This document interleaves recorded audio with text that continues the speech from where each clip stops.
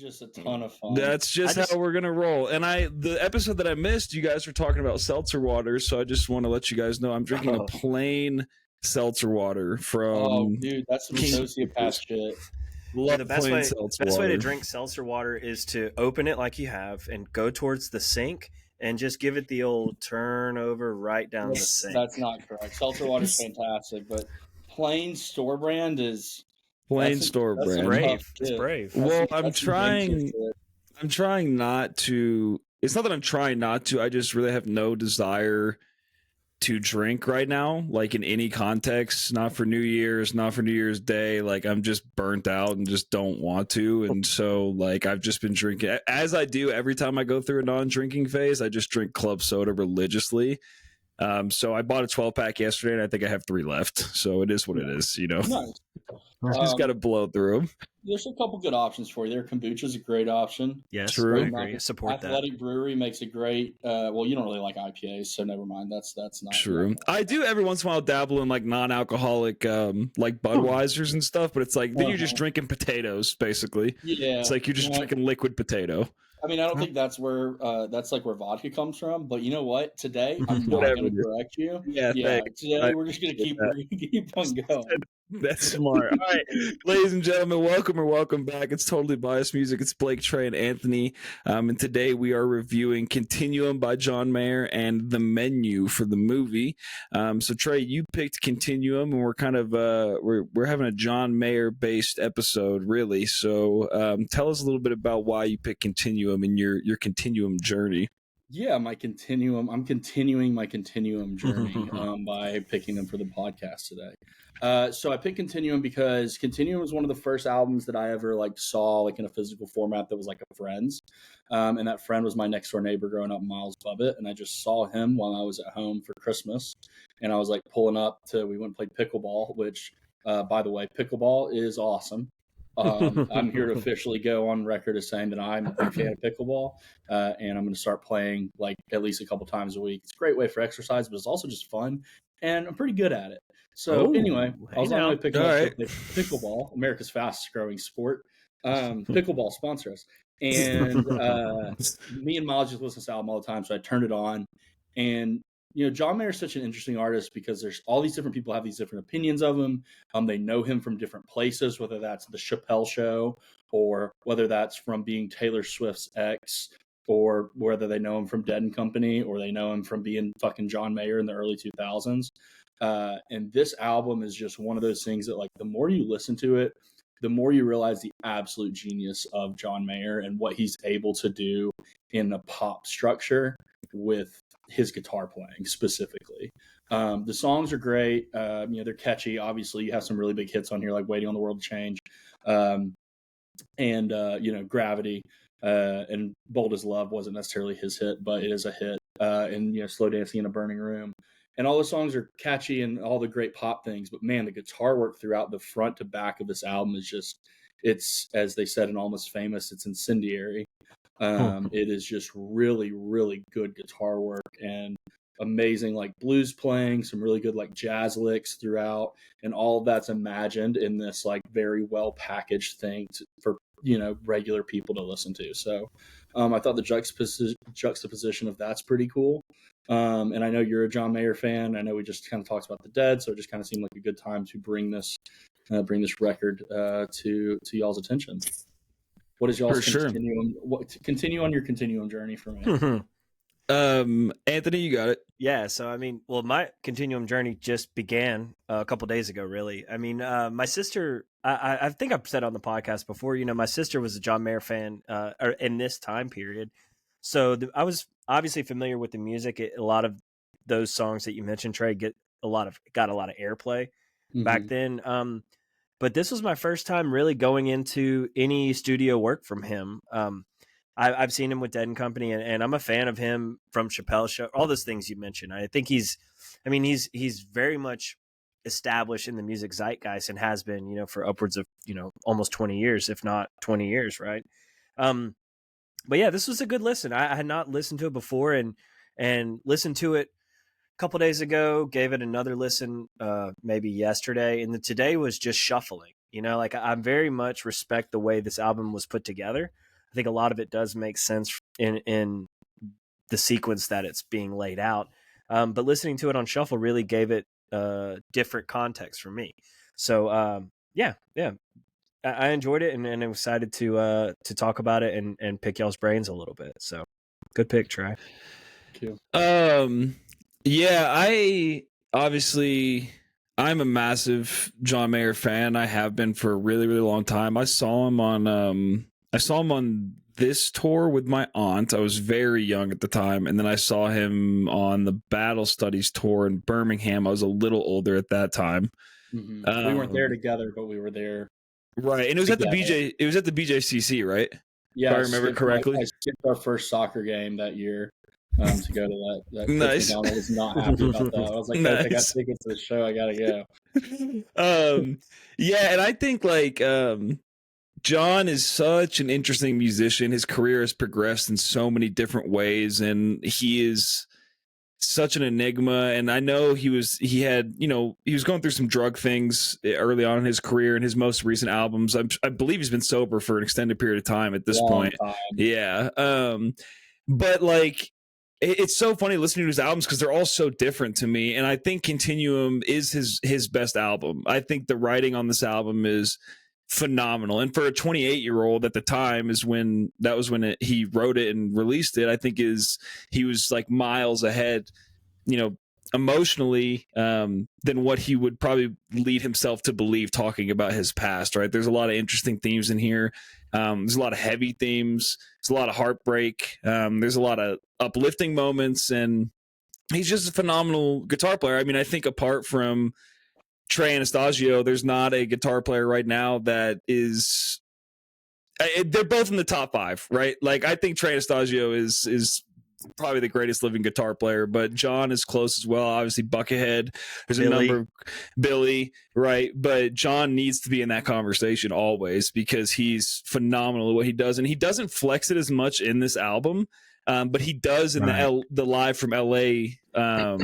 Live album that he has that we should also eventually circle back to maybe many months down the road.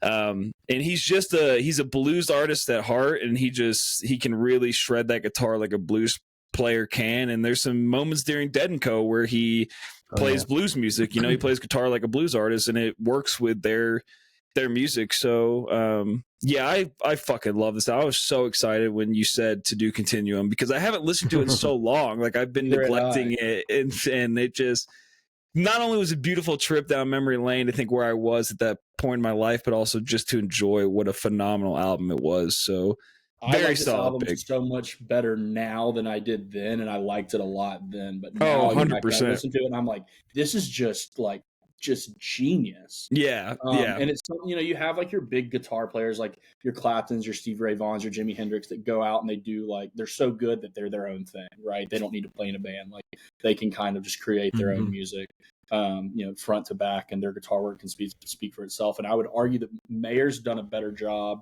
than any of those three at having obviously Hendrix is in a class of his own, but when you talk about Clapton and Stevie Ray Vaughan, has done a better job of mixing his own work into this new pop package where more people have heard John Mayer play guitar than probably any of those folks. I agree. So without further ado, let's get into our top songs. Blake, you want to go first? This is really hard. Really, really fucking hard. Oh, wait, I don't know if you remember listening to the last, or if you listened to our duo, but I talked briefly about listen, you got to pick 3 bottom songs. We have to? Really, you're saying that? Because you used to never. I called myself out on it too, but we got to get back to our roots. It's not 3 bad songs. It's 3 songs that aren't as good as the other songs on the album. Fucking hell. Okay, I'll try my best. You don't have to for this episode. Maybe we can push that to next time. We're here. But Anyway, well, I would say, and it's hard to place these in a 3, 2, 1 order. I just group them all together. But Stop This Train is 100% on there because I don't know about y'all, man, but being at this age, this is who our age group is, who this song is written for, right? The whole song is just about life coming at you too fucking fast, man, and you want things to slow down, and you don't want to, you've watched your friends, your family, your parents, your grandparents age, and you're realizing like, oh shit, I'm in this group now too, and that shock and realization of, all right, we gotta pump the brakes a little bit, man. Like I feel like all the time, I feel like I was 22 a year ago, and I realized that I'm almost 30, and that's a jarring feeling. So love this song, love the acoustics on it. There's some of those just straight acoustic songs on this album that are great. I think that's up there for sure. My next one is, and Trey, you might know the information to this, is Vultures. Is Vultures his song? Yes, it is, but he turns into a trio song. Okay. Which I think is probably why you're thinking that it's not. Yeah, I didn't know if it was a cover or not, or maybe I'm just thinking of Bold as Love. Yeah, no, it's his. But even like if you look on the credits for the song on Spotify, the trio's credited as writing it. So him, Pino Palladino, and Steve Jordan all have a credit on it. Okay. Yeah, Vultures, man. Vultures is the guitar lick is very, very bluesy in it. And it's like you said, Trey, it's poppy in a way that's digestible, but it's still, that guitar riff throughout the whole thing is bluesy to me. And he has these tiny solo moments in it that he kind of just for 10 seconds just kind of lets it rip for a second. And so it just has a great sound to it. Love the instrumentation in Vultures, like just such a great song. And then the last one, and this is along the same theme, and I don't know if you guys think this is a depressing song or not, but In Repair is like my favorite song on the album. I love In Repair. I think like this is like kind of the culmination of, to me, what this album is, right? Like what Continuum is this growth of a 28-year-old figuring out his life, his relationships, how that affects him. And In Repair is kind of the culmination. Honestly, I feel like it should be the bottom, the last track, and I'm Gonna Find Another You should be somewhere else, because I feel like it's the perfect ending to what Continuum is as a concept. And I think like, the chorus, I'm in repair, I'm not together, but I'm getting there, is also a hopeful message, right? I'm on my way. I'm not there yet, but like I'm actively making steps to get there. And knowing how John's life went on after the fact, I think that's like, looking back, such a powerful and special song for him in particular, and I think it's something that a lot of us can relate to, right? You're in repair, you're not quite there, but you're still making those steps to get there. So beautiful song, and really the peak of, to me, his songwriting. So yeah, those are my three. End rant right. Well, no, we'll unslash it, because I want to pick right into In Repair, so like my top three, I have In Repair up there as well, and I wrote next to it, this is the climax of the album, I feel. It's a very progressive song, it is gradually building upon itself as it continues, and it's beautiful. The song that comes after In Repair, I'm Gonna Find Another You, to me that's like the closing credits of this album. It's something easy listening to kind of put you back in that state. This whole album to me is like a palate cleanser. I don't typically listen to music in this lane regularly, but in comparison with the music that I might listen to on any given day, whether it's Tool or Deftones, Incubus, that kind of vibe, this is such a shift in emotions, and it feels great. I don't think there's any bad songs on this album. I think the writing is incredible, instrumentation is incredible. So on that note, on the note of listening to this album as a elderly statesman, right? Our ears are pretty at this point. Our ears are pretty attuned to sound, and to me, Waiting on the World to Change gave me such a different experience than listening to it back then on the radio. That song is probably, without a doubt, the top single on this album. Trey, would you agree with that? Yeah, I think it is. So like hearing that, it's actually not. It's real quick. So the most played is Slow Dancing in a Burning Room. The second most played is Waiting on the World to Change, and the third is Gravity. Gotcha. But this is also Spotify stats, right? So true. We gotta put an asterisk by it. But like in my mind, if you would have told me what do I remember from John Mayer, it would have been that Waiting on the World to Change in Gravity. Yeah, but like same. hearing that song Waiting on the World to Change to me now gives it so much light of like, if you want change, you have to initiate change. Like you can wait for everyone to catch up with you, or you can try to be that catalyst for change. So it really gave me a different perspective on that song itself. So In Repair, Waiting on the World to Change, and my favorite song on this album is the number 2 track, I Don't Trust Myself with Loving You.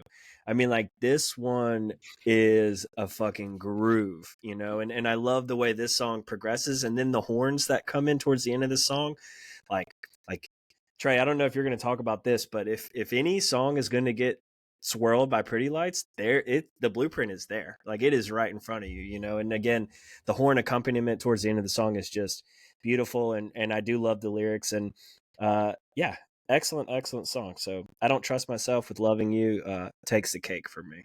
Have you listened to the LA version, the live in LA version? Nope.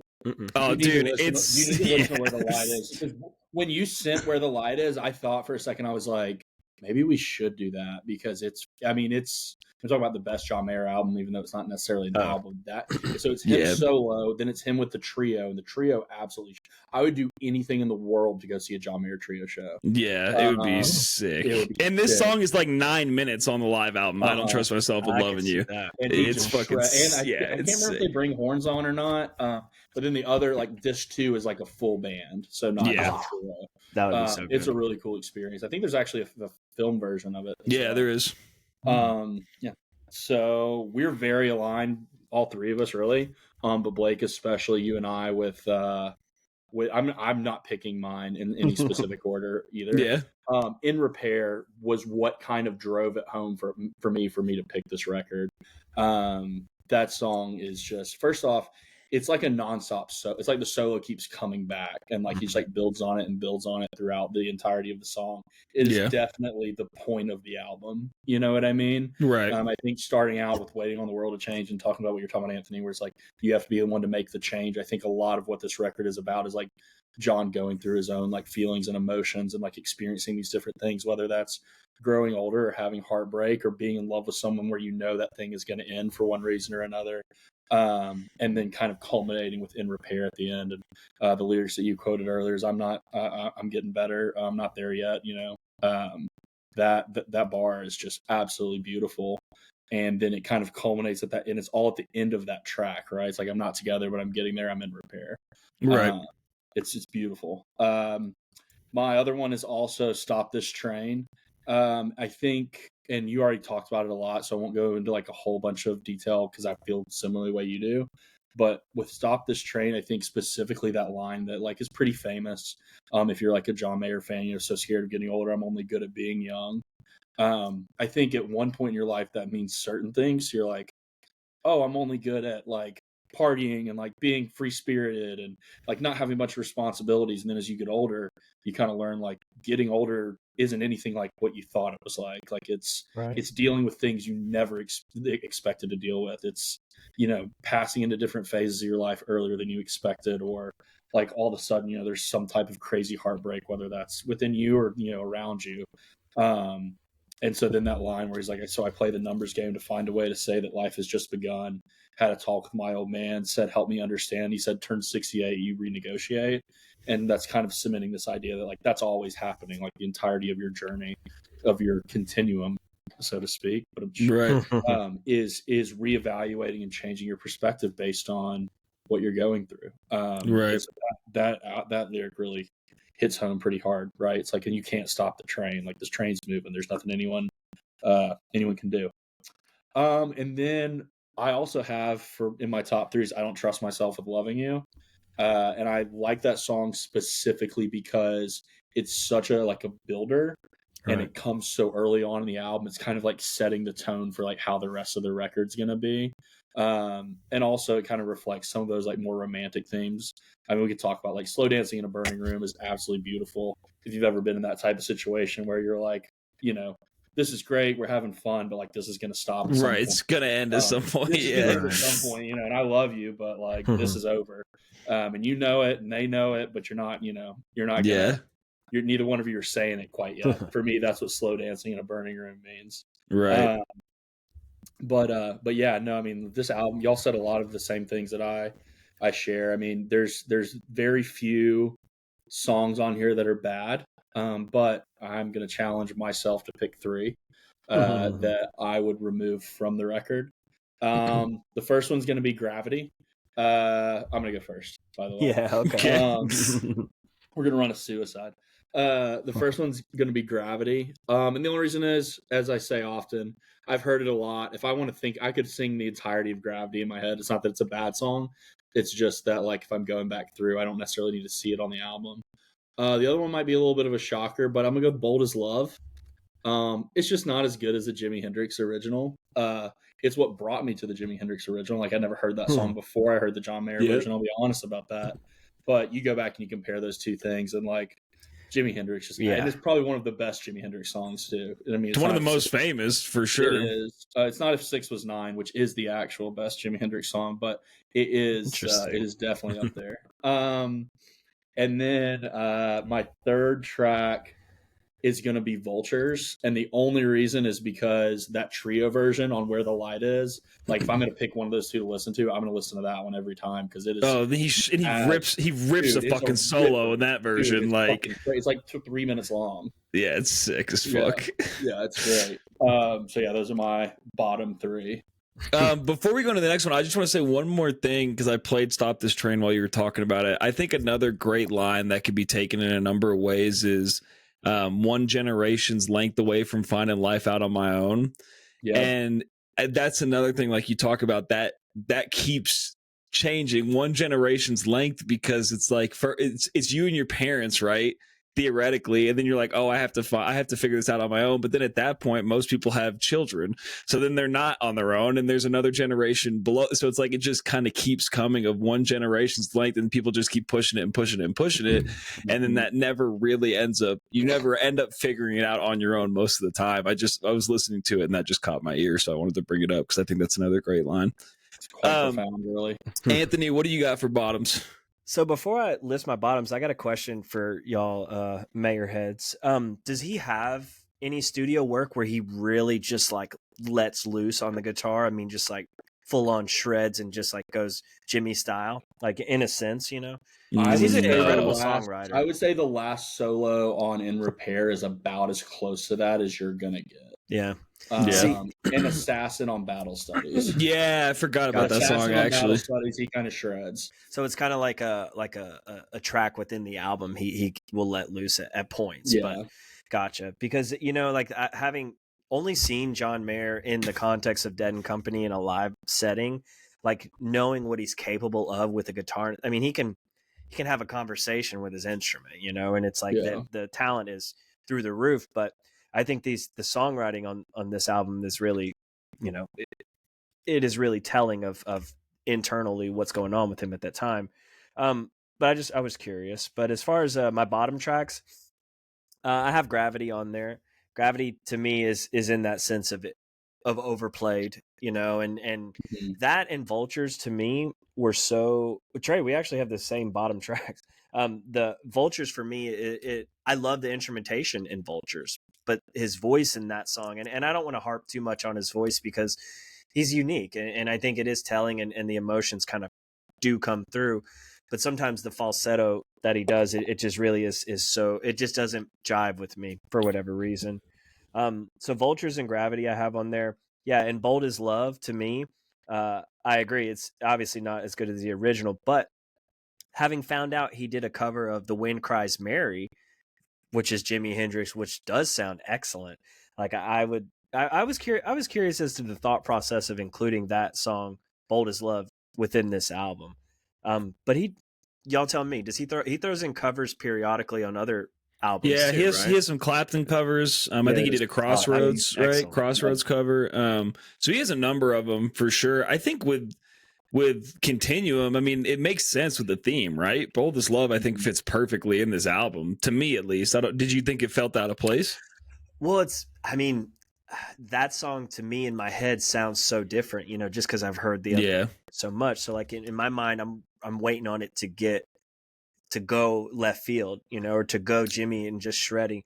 But like he doesn't really do that, But like I said, I have to respect the tone that he does keep consistent throughout this album, So like being able to transform that song into fitting into this is beyond worth recognizing, but it just doesn't vibe with me as much as some of these other deeper tracks do. But yeah, that's just the way I have to abide by Trey's new rule. To give you Our threes. new collective rule. This is not Actually, our old rule, our original rule. Well, they just got lame. Like, oh, every song on this album's great. I don't have to pick anything bad, And I know that I'm the driver of that. Like, that's true. At least you know that. Yeah. Do you have any more, Anthony, or did you do 3? Yeah, no, I just did 3. Okay. Yeah, I don't have any. So no, I'm just kidding. No, I'll say the first one for me, Waiting on the World to Change, because I will say, like, it is, I look at it in such a different light now, but like, god damn, is this such a single. Like, it's such a single song, and it's so poppy and so like, we're gonna put this out on the radio and it's gonna drive record sales, baby. And you know what? It worked flawlessly. So it sounds like a car commercial. Like, everything about it screams Ford. Yeah, exactly. Buy your new Ford Fiesta today. I like 0% APR financing for the first 24 months. Ford Fiesta sponsor. And then my next one, unfortunately, Bold as Love, just because like I'm such a big Jimmy fan, man. Like, and I think John's cover is good, but like, if you're gonna do a cover, you better fucking come correct, man. You better come real correct. And I think that Jimmy's just Jimmy. There's no replacing him. Yeah. And then this also feels kind of cliche, but like, I gotta between Gravity and Slow Dancing in a Burning Room, I have to pick Slow Dancing in a Burning Room for 2 reasons. First off, the live version's a lot better, but also like, was this not like the typical high school girl that had been in a relationship for 3 months and then like, and we didn't have Instagram stories back then, but if we did, they would have been posting this on their story. They would have been posting it on their story. So I'd have been right there next to him too. I'm not going to pretend like I wouldn't, and I would be today even. So fair. So yeah, those are my bottoms, but still all phenomenal fucking songs. So it's not anything to knock the album, but yeah. All right. Well, actually, hang on. Let me. You can share final thoughts while I look up ratings. Okay. That's right. What was the context that y'all used to listen to this album back in the day? So, and I was going to talk about that a little bit to kind of wrap my whole like pickup in general. And I know that Blake and I used to talk about this when we were younger, and wise beyond our years, as we always have been. Very true. But the thing about John Mayer was like, if you knew that he was a great guitar player, it was one of those like, if you know type of situations. And Miles Bubbett, and then his dad is a band director, and Miles played multiple instruments, and his mother's a choir teacher, or choir director. And so like they were a very musical household, and my Uncle John, who's the band director, was like, y'all have to like, this is really, really good pop music. And I can't think of many pop genres that or pop artists that he ever played around the house. And I was around the house all the time, but it was something they all loved. Like Miles as a young, middle schooler, his mom was a choir teacher with the vocals, and then like John Bubbett with just being pretty particular as far as like enjoying jazz music. You know what I mean? Like in this context, I don't know that. Like we never really talked extensively about it, but the man's dedicated 50 years of his life to teaching children how to play, or young adults how to play music, and so I don't imagine he just like hears something is like, oh, that's good, I want to show that to my kids. So that's kind of the concept. We listened to it around their house a lot, and Uncle John took me to my first show ever, which was Carlos Santana at Holy Amphitheater. Yeah, so me, him, and Miles and our sisters all went to Carlos Santana. That was the first show I ever went to in my life. That's pretty remarkable. Nice. Yeah, which is pretty solid. Savage guitar player. Yeah, and now they're like, why are you such a wook? And I'm like, well, look how you started me. True. True. Like Carlos Santana was the wookiest of the wooks. So, at one point in time. But anyway, Go ahead with ratings, then we give our own ratings, right? Or do we give our own Yeah, so I have two different ones. So Rolling Stone's initial rating and then what they rated it in the top 500. So out of 5, what do you think they rated it? Anthony? I'll say 3.5 out of 5. Trey? Yeah. I'm gonna say initial, they gave it a 3, and then updated, they gave it a 4. So they gave it a 4, but it's not the next one isn't updated. It's just where they put it on the top 500 albums of all time. So I'll give you, as I do with the top 500 albums of all time, I'll give you guys a range. And you guys have always told me that my range is too big, but it's between. Give us 100. All right, it's between. Yeah, all right, well, it's between 300 and 500. Yeah. It's between there somewhere. All right, I got this. So I'm gonna say it's closer to 500, but I'm gonna say 480. I'm gonna go the opposite. I'm gonna say like 327. It's 486. Oh, shit. Okay. Yeah. Right. So still putting it on the top 500 albums, I think is great, and rating it a 4, I think is also great. So there's an interesting thread before we give our own ratings. Somebody on Reddit was basically like, why don't people talk about Continuum more? This is one of the best albums ever. And somebody said, I'm a big John Mayer fan, but think he was overexposed. Too much, too fast. People got sick of hearing about him. And then this was the interesting one. This person said, it's been discussed on this sub before, but most people, including goats like Clapton and Slash, think very highly of Mayer's musicianship. Despite being a pop star, he's definitely a guitarist. It would not be controversial at all if you made a list of New Millennium's best guitarists and put Mayer in the top 10 or even in the top 5. If there's anything that turns people off, it's douchey lyrics and overall vibe. so fair enough. But I thought that was an interesting kind of back and forth. But what do you guys got? Trey, it's your album, so tell us what you rate it. You go first. Yeah, I can't remember if I finished this thought, and Anthony, I'm sorry if I cut you off when you asked me what the context that we listened to this I forget. Is. It's all good. Yeah, me too. But like Blake and I would talk about like if Mayer could just like get in a band or like do something cool, like people would love this guy. And come to find out, I remember when he got like announced for Dead and Co. I was like, this is perfect. Yeah. And I'm not the biggest Dead and Company fan. I'm not like a Dead and Company hater. And we can talk about more about that. But it's also been known and shared you hadn't seen him yet. So I haven't seen him yet. There we go. Really? That's very surprising. I know. Never saw him. Zach Lawrence and I were talking about possibly going out to Vegas and seeing him at the Sphere. If anyone wants to join. Anyway, he's the best part about that band, I think. And John Mayer's awesome. This album's awesome. I give it a 9.5. Fuck yeah. Anthony? Now I have to just comment on Trey's comment. You can't say John Mayer's the best part of Dead and Company because I think he can say that. He's the best musician in Dead and Company, in my opinion. Maybe O'Teal is close. This is Grateful Dead music, you guys. You can't not say. I understand that. Members. It's not like they're creating new music. Like they're not writing new songs. So like, we'll have this debate in a second. Anthony, what do you rate it? I give this an 8 out of 10 for me. It's a great album. These are obviously the first few times I listened to it, but it has gotten better with each listen. I just do struggle with finding the time and place of when I might listen to it, but who knows? If I get in a relationship and get out of a relationship, this is in rotation. We'll see. But it's a good one. So, yeah, exactly. Yeah. 8 out of 10. 8 out of 10 for me. Nice. Yeah, I mean, I gotta give it a 10.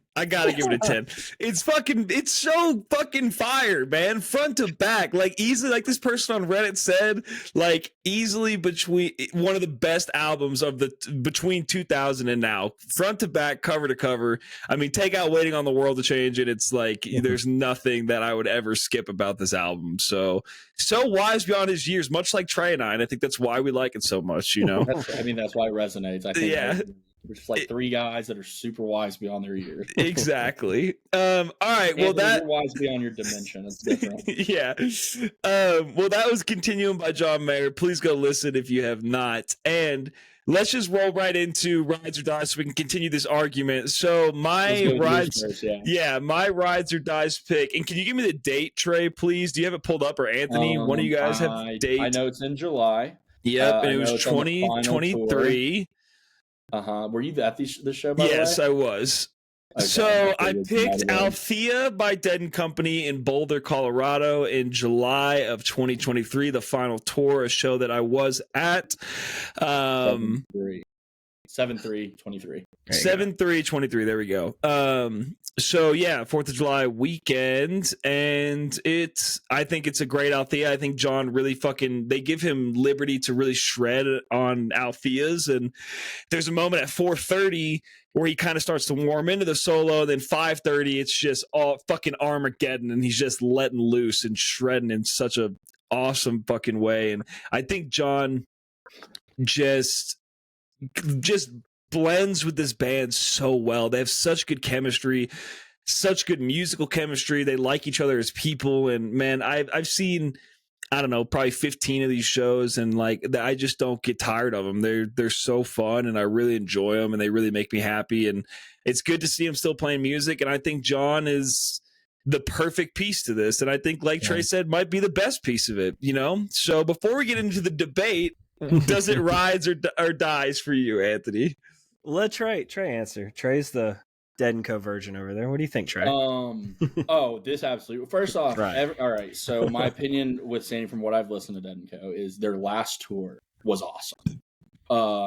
And I think a big part of that is we got to go right into the debate. Unfortunately, this rides. Yeah.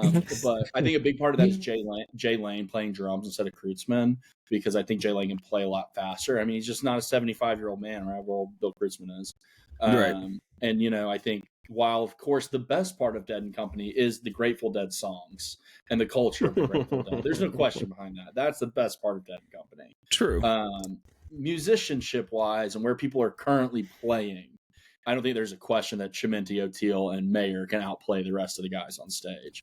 They're just younger. Right. They're just better. You know what I mean? Mickey Hart's a wizard. He still got, but like, is he as good as he was when he was 45, 50 years old? He's just not, Yeah. And I'm sure the drums in space are a lot of fun. This is like Mayer. They always let, even the people that hated Dead and Co when it came out, kind of the people who are like, oh, John Mayer's a douchebag, yada yada yada. They're like, but he can shred on Althea though. Like everyone's always kind of giving him his flowers on this track specifically. Yeah. And I mean, this solo is just like full. His guitar tone sounds so much like Jerry on this. Yeah. And let me tell you something. Hot take. Jerry was never shredding like this. I'm sorry. He wasn't. Okay. All right. He was never shredding like this. And that's just the reality, man. That's just the reality, and that's okay. No. Look, we loved Jerry because he was Jerry. We loved him because he was Jerry, not because he was the best guitar player in the scene at the time. All right. I'm about to stress eat some potato chips. Yeah. Crunch away, because hot takes are coming out of both of you guys. But like, here's the thing. All right. Bob Weir was never a front man, right? Mickey and Billy, they're the thing keeping the train going. Phil, rest in peace, Phil, he stopped after Fare Thee Well, and he's doing his own things, right?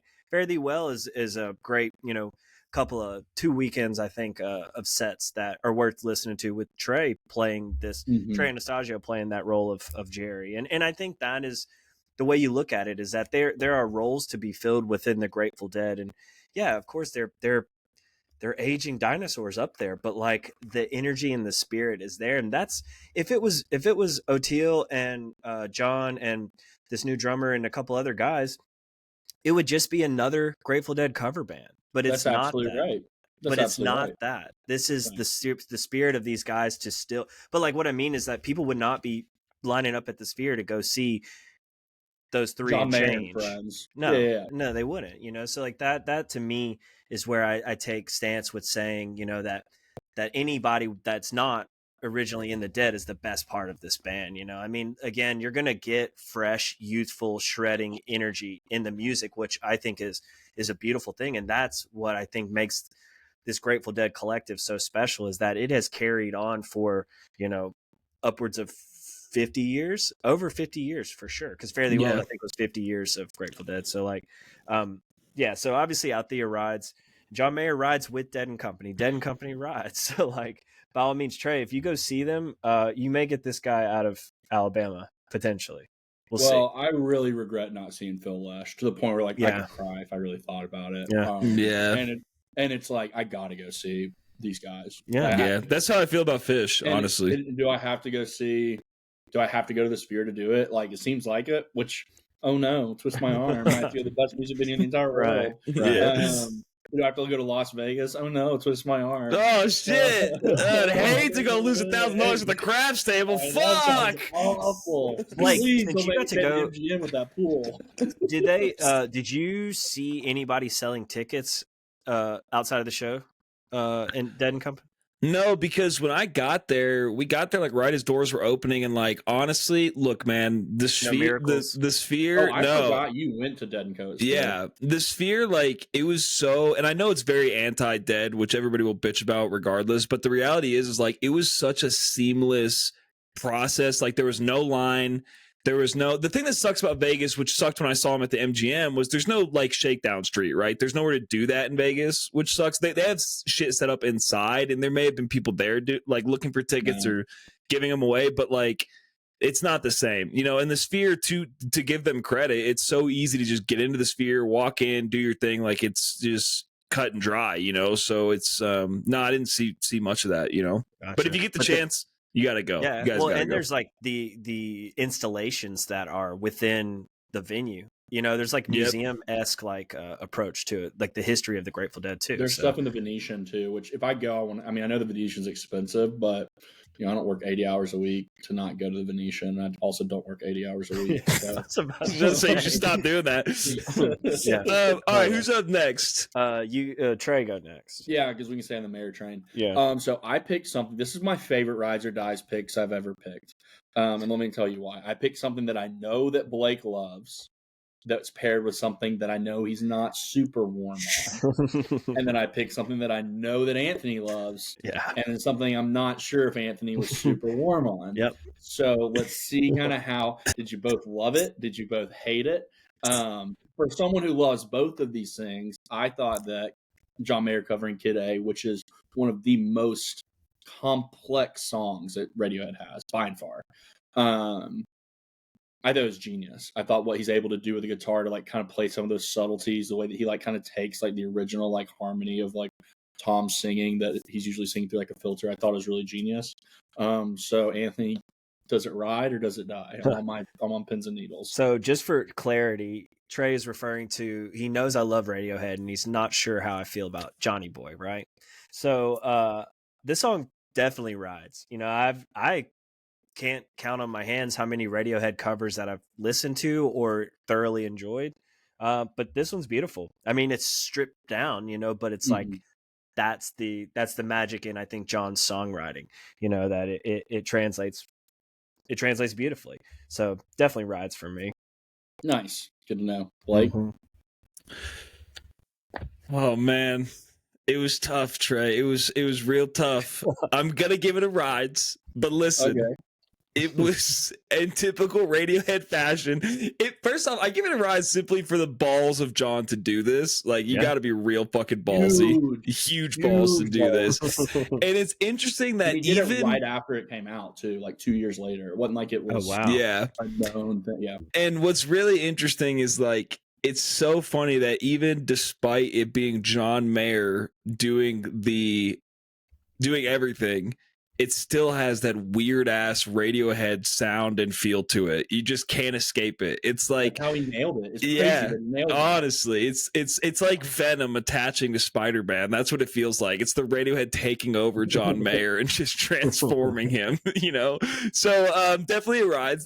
I like that you picked another John Mayer track because it's Mayer time. Mayer is on the menu. Mayer's on the menu until we get to Anthony's pick. So Anthony, right. before us. Hold on, I got a quick question. Is that song, has it ever been officially released anywhere?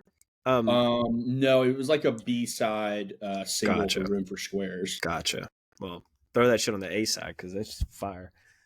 Okay, so my rides or dies. Yeah, so we're getting out of John Mayer and we're going to Tipper. Tipper, tonight. So we're recording this on the 30th. It's an interesting night in music because I believe tonight is something that hasn't happened in a long time. You have Sound Tribe in New Orleans. You have Billy Strings in New Orleans. You have talk about any of this. You have Pretty Lights in Chicago. You have Bass Nectar in Miami, and you have Tipper in Minnesota, all playing on the same night, which I just can't remember the last time that has happened. So I wanted to bring out a Tipper track. I also wanted to bring a Tipper track that we probably wouldn't get to without Rides or Dies, just because it's on an EP, and the EP is kind of genre bending. But Flares at Dawn, super ethereal, super heavy, super down tempo, but like this song is a spiritual experience for me. And wanted to get your guys' take on it. Trey, we've heard this song many times live together, but studio format fire. One of my favorite Tipper openers, by and far. It is like made to be an opening track. That like beautiful. I think primarily using ambient sets, but also kind of in that realm that the re-up is, where you can like use it in either like an ambient heavy or down tempo. Yeah, up to you. I mean the song clearly rides. That's one of the best, and it follows that same format where he releases a bunch of bangers in an EP, and then this is like the soft track at the end. Yeah, and I love that. Absolutely love that. Hell yeah. So it's a good song, but here's my problem. All right, here we go. Here's my problem. You guys need to start. Hang on, wait till Anthony puts his headphones back on. We're back. You guys need to start, as you have done with me and my how many hip hop albums I have picked. You guys need to start clocking Anthony for how many Tipper songs and Tipper-esque songs he brings to Rides or Dies, because it's a lot. Anthony, don't make a face. It's a lot. We'll go through the history. Tipper? We can, and no one knows the history better than this guy because I document it. But go back and look. What is Tipper-esque? Because you can't say Tycho is Tipper-esque. No, not Tycho, but like what I'm referring to. Yeah. Psychedelic down tempo electronic music originally made by these maestros. I'll keep them coming. What do you think? I liked the song, but I gotta give it a dies for that, and for the fact that Anthony, we sent our tracks first. We were on the Mayer train. Like, you derailed us. I thought you were gonna give us some Mayer tracks. We were just I could have give you The Wind Cries Mary, but like I didn't want to because but if anything, now I'm gonna double back, because if anybody has been repetitive, I mean, how many Eminem albums have we done? We've only done 3, and he has 12. Only 3. He has 12. I would like to go, please. Trey, I would like to go. The floor is yours. Blake called himself out for being repetitive before. Y'all are both a little repetitive in your selections. But that's okay because you have a very specific style. And you know who's not repetitive, though? This guy. This guy is all over the map all the time. And I feel like I have to defend myself in a sense, because I brought you a guy sleep talking for a Rides or Dies. I have to feel doubled down. I feel like I have to defend myself in saying that more Eminem albums are coming, so you better strap the fuck in. I'll tell you that much. Yeah. All right, so this week the movie was my pick, and it is The Menu, and it is a movie starring Anya Taylor-Joy, who I love but cannot find out if she's attractive or not. I go back and forth. She's very similar, like Olivia Cook, right? I can't determine if she is hot or not. Not the point. The point is, this was what genre would you guys? Is this a comedy or a horror movie, or is it a dramedy? What do you guys consider? Black comedy, like dark comedy. There's not many black people in the movie. Yeah, no, but this is a genre. Yeah, dark comedy. Yeah, so I'm gonna go on a mini tangent here. The reason I picked this movie, one, I think it's phenomenal, and I think that it did not get the love that it deserved when it came out. It was kind of like, I don't know how the critics looked at it, the fans, it was not well received, which I think is very strange because it's funny, it's dark, it's odd, but also, like, I love the theme of, like, them making fun of just what the cooking industry has become for so many people, right? Because when you watch things like Diners, Drive-Ins, and Dives, or Parts Unknown, or anything like that, like, the best part about food is its ability, almost everybody's love for it, right? And the openness and the welcomeness to bring people in to try this new food or to cook together or to learn together, and like street vendors giving out, I mean, the street vendors in New York are still that's still happening. $1 hot dogs in New York, and slices of pizza that people cherish, right? That are some of the best food they've eaten. And I think at the heart of this movie, it's making fun of the people that go to those restaurants and the people that run them. But I don't fault those people, right? That's their passion and that's what they want to do. I think it's great. But like, my biggest thing about food is just that, like, everybody should be a part of it, right? It should be an environment for everybody. And that's what makes food good, is kind of those conversations you have around it.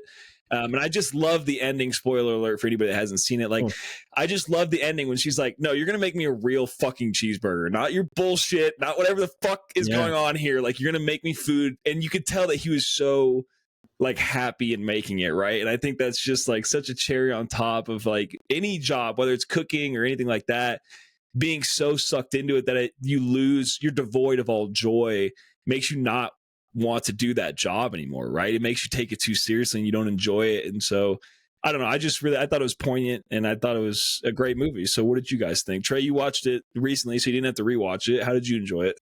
That wasn't the first time I watched it, for the record. I've watched it several times. And first off, I thought it was excellent. I think it's making fun of a little bit more. Like, I don't disagree with you, but I do. Like, it's making fun of more like the people that consume. They're so pretentious about food that are more so on the consumer side, not necessarily. Like, I think like him refinding his joy in making that cheeseburger is like a big part of it. But I think a big part of it is what's that actor's name? I have the Nicholas. Which one? Yeah. Yeah. The guy who like knows everyone's gonna die. I think a big part of it is like he's like the character where like he's like so he like has this need for like internet clout almost in a way when it comes to food. Those two things shouldn't really mesh. Like, a good experience should be a good experience, whether it's honestly at McDonald's down the road or whether it's at Bull and Becker over here in Asheville, which actually I just realized is not around anymore. Anyway, and I'm pretentious about food in some ways. Like, I like going to really nice restaurants. Like, it's something that I really enjoy. That, like, I don't mind paying $125, $130 for a meal if it's like a really good experience and I'm like enjoying it with friends. So like a lot of it, I kind of saw myself in a little bit of this too, where like, all right, like that's a little bit of pretentious behavior that you have too. And it's always good to be able to make fun of yourself and laugh at yourself. But yeah, Anya Taylor-Joy is attractive. Yeah. Okay. She is attractive. I just want to let you know that that's kind of where we're gonna fall on that. At least in this movie, she is. All right, we got one maybe, we got one yes. Okay. She got great cheekbones. You're such a cheekbone guy. That's true. She does. Yeah. And she's got a cute nose too. Maybe I'm starting to lean towards yes, I think. But Ralph, and then one more thing, and I'll pass over to you, Anthony. Ralph Fiennes. I don't know. I mean, what a great bad guy. Oh yeah, so good. Dude, just so like stoic and emotionless until like it's time for him to like show some of that emotion, and like when he's like talking with his mom and like gets angry all of a sudden, or like when he does like feel that joy for making the cheeseburger, and like it's one of those things that's like withheld for so long from you, and then when it's released, it's great. Whereas like when he played Voldemort, he was just all fucking anger all the time. So like, hats off to that guy. He shreds. Yeah. But yeah, Anthony. It's interesting that because you brought up Voldemort too, but like I had only seen him in Red Dragon, which is Psycho movie. I mean, he plays Psycho very well, and the moment you see him in the menu, you're like, oh yeah, he's doing it. Like, he's playing crazy. But this was my first time watching it. I had seen a lot about it and been waiting to watch it, and it just kind of drifted under all the rest of the stuff I wanted to watch. So I was excited to go there, and I really like resonate a lot with Anya's character in this movie, because like my view on she's the food version of Anthony with music, right? Well, no. I mean, in a way of like when you have like all the tropes that are throughout this movie. You got the old wealthy couple that just spends all their money going there and doesn't resonate with shit. You got the review folks. You got the foodie. Who that guy Nicholas Hoult is also in Nosferatu, this new movie that came out, and he does a great job in that too. Just the idea of like you're diluting everything that the original passion, that this cook had, at his first job. And that's kind of what Anya clicks into during the last, 15 minutes of the film. But great movie. Love the cult-like mentality of the kitchen is really interesting to me too. Because it doesn't really give you a lot of insight as to how they all got on board with this kind of suicide mission, right? But either way, I like the pace of this movie is really like you're in it. Like once as soon as they arrive on the island, you're like, all right, there's something happening here, and the whole idea is to try to figure out what. And in reality, I had heard stuff about this movie about you just hear the menu and you hear cannibalism. So the whole time I'm watching it, trying to piece together, I'm like, where does it even go in that direction? And it never does. There's no cannibalism in this movie at all. It's food, or it's, I don't know what they call it, sand bubbles or something like that. The little tiny bubbles of food. But I had a great time. Like I said, the movie itself was good, and I had a good watch, and yeah, it was good. The worst part about some of the food that they brought is I was like, that does sound really good, actually. Well, let me say this, because Trey did mention this deconstructed. Like, I could do that deconstructed. That sounds lovely. If y'all ever go out to eat with me, just know, like, internally, I struggle with being waited on in a restaurant setting. For whatever reason, my first jobs were all in the food industry, and I love working in the food industry, and the cook side, the kitchen side of things really resonates with me. Same. But being waited on, I struggle, for whatever reason. I don't know if it's just you yell at waiters. No, I'm never disrespectful to waiters, but internally I'm like, oh, this is just, it just irks me when there are things that I know that could be done that aren't being done, or things that could be done better, or it's just, I don't know. Like I said, I'd rather just serve myself, So I'm trying to think of the last time we went out to eat where we had to get served, and I can't really think of. Probably a sushi place, maybe a year or so ago. Yeah. But like I said, in reality, I would rather, and this I felt the same way in college about drinking. It was like I would rather have the collective come localize at a place that is comfortable, that is a house or is a, that type of atmosphere. I really gravitate towards. Also, my family, has or owned a Mexican restaurant in Louisiana for like upwards of 20 years. That was like really popping in New Orleans. Yeah. My grandfather and my dad's parents ran a Mexican restaurant called El Patio. I think from the 80s to through the 90s, so I have that experience growing up in a restaurant too, in a sense. And yeah, again, when you know the inner workings of restaurant dynamics, I can't help but highlight things that I would do differently.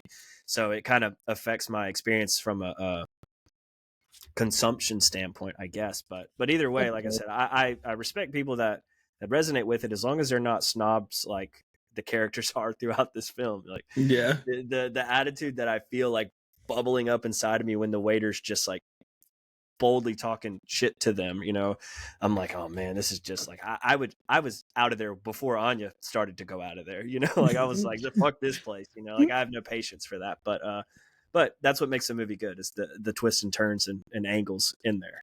For sure. Mm-hmm. Hell yeah. Well, I'm glad you guys liked it. Yeah, I really, really enjoyed it. So cool. Well, next week we got Trey movie pick, Anthony album pick, correct? Yep. What do we got? So, so you mentioned my love for Tipper, and I am not going to do that because I'm not predictable, dude.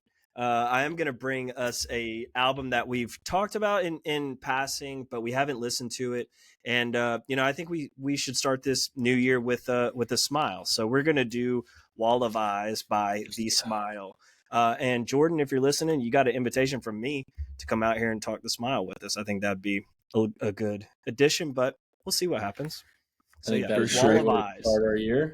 I have that album on vinyl, courtesy of you, I believe. Yeah, so awesome. Good. All right, so I wanted to go also kind of on a New Year's thing. I have a question for our historians. Have we ever done Soul? The movie? The movie? No. I would really like to do Soul. It is a Pixar movie. It is animated. Trent Reznor, Atticus Ross. Trent Reznor and Atticus Finch did the score. Atticus Finch? Atticus Ross. Atticus Ross. My bad. I do that every time I say his name. To Kill a Mockingbird? Yes. Yeah, Mockingbird. But it is advertised or kind of billed as a children's movie, and it is anything but a children's movie.